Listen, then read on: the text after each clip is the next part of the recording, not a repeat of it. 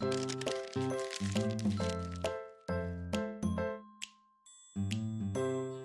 guys, Thunder E here and welcome to our unboxing and mini review of the Nexus 6P.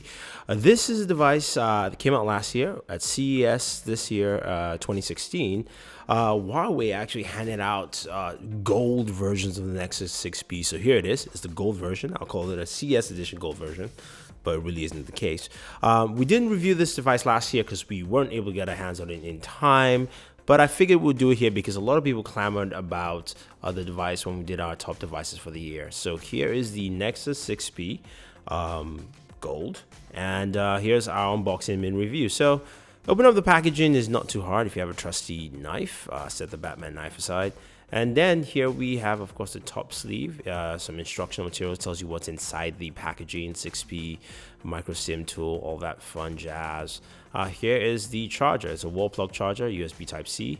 And here is the USB Type-C to USB Type-C cable that comes with the Nexus 6P. And lifting this up showcases our gold 6P. Nice. So we'll set that aside for a second.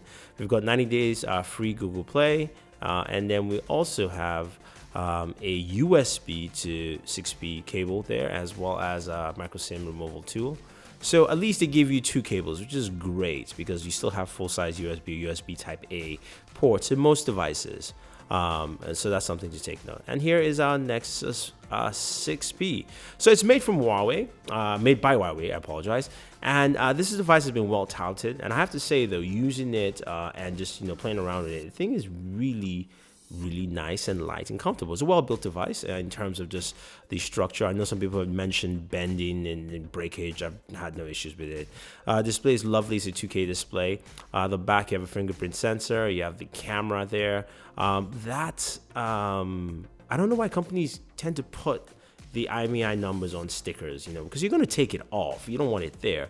I wish it was just etched in, so that in the future, if you want to check your devices, you can. But of course, it took me some time to take it off. Now, the fingerprint sensor on there is relatively fast and snappy once you set it all up. You power it on, and there's a SIM tray. Now, the SIM tray actually has two SIM slots.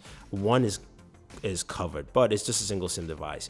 USB Type-C port at the bottom, and again, it's got a nice balance to it. So even though it's got that bump at the top, it feels really nice and comfortable. Headphone jacks on the top. I wish that was at the bottom, but on that, looks good, feels good in terms of this device quality and build. I have to give Huawei a lot of props. They've been moving up with their builds for the last couple of devices, so it really shows in the 6P.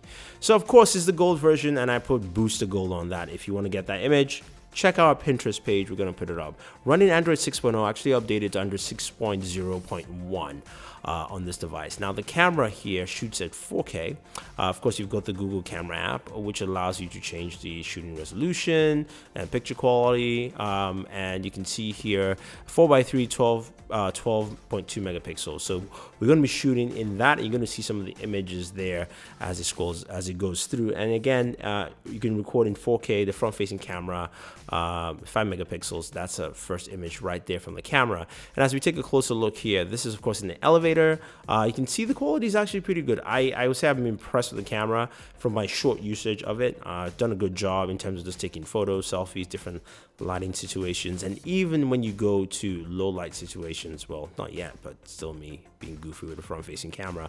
But when you go into low light situations, it still does a fairly decent job. Now, I have to say that I do like the camera. This is probably one of the better Nexus cameras just from my quick use of it in this mini review. And in low light situations, you can see there it does take the images quite well. You can clearly see the distinction between different objects. So it was something that's nice and it's good to see. And here's one, of course, with the flash. Now, the 6P, besides having the camera on board, you've also got that fingerprint sensor, and just showcasing how fast it is. Now, setup of this sensor is pretty fast. Also used when you put your finger on there, it pops up and opens. Try it again one more time, and it's really snappy. And I have to say that I'm really quite impressed. Much better than the V10. The V10 tends to be finicky sometimes. So overall, Huawei's done a really good job of this. In terms of what they've brought to the hardware, I really can't complain. This is a Nexus device, so of course it's running stock Android. And of course, my own gripe with stock Android is the fact that it doesn't take use of, larger devices with a large screen like this.